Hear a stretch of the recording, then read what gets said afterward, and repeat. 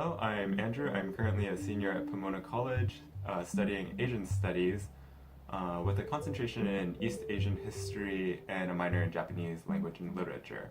I went on AKP during my junior year, so 2 years ago now. I went fall 2017 and I stayed for just one semester, but it was a really wonderful semester. Looking around at study abroad programs, Pomona offers one in Kyoto and one in Tokyo.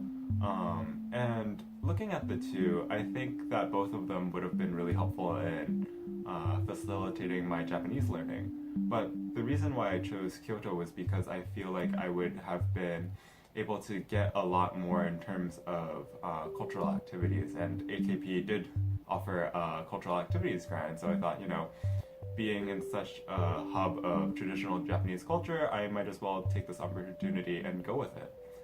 When I got to Kyoto, I realized that this was a lot more true than I had ever really imagined.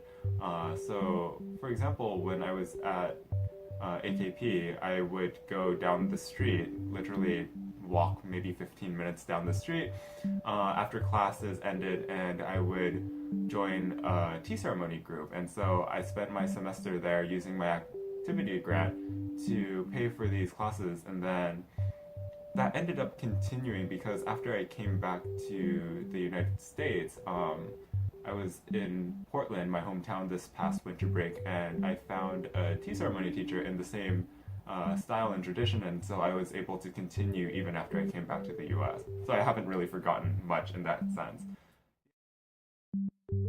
I also went on a pilgrimage with my host family, and so we all got our stamp booklets, and then we went to not all of the 33 Kannon temples in Kansai, but we went to, I think, around half of them while I was there.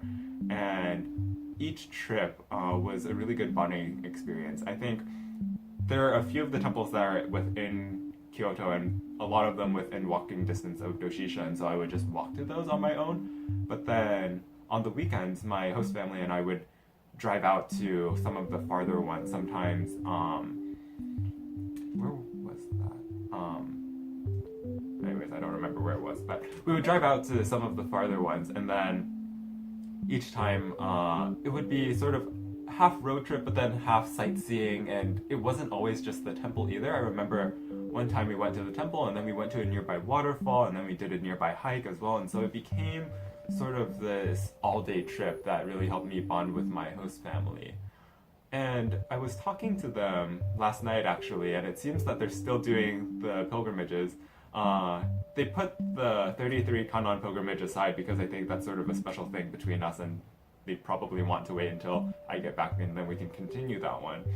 But they started another one, and I think my host dad was really into it, so he already finished on his own.